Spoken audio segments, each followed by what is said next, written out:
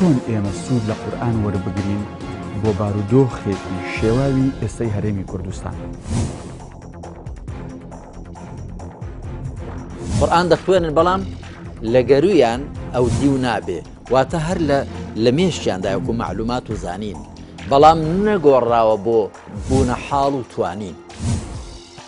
قورئان بۆ ئەوە داوەزیوە ئێمە تەنها ئەجر و پاداشتی لەسەر وەربگرین بە خوێندنەوەی و بەلەبەرکردنی، یان لەوە گرنگتر ئەوەیە کە ئێمە بتوانین قورئان بە کردداری بکەین. قسەی ڕاست و بەجێ، کردداری باش و پەسند لە هەر کەسێکەوە بێ، نەک هەر دروستە و ڕەوایە وەری بگرن، بەڵکو لەسەریان پێویستە وەربگرن.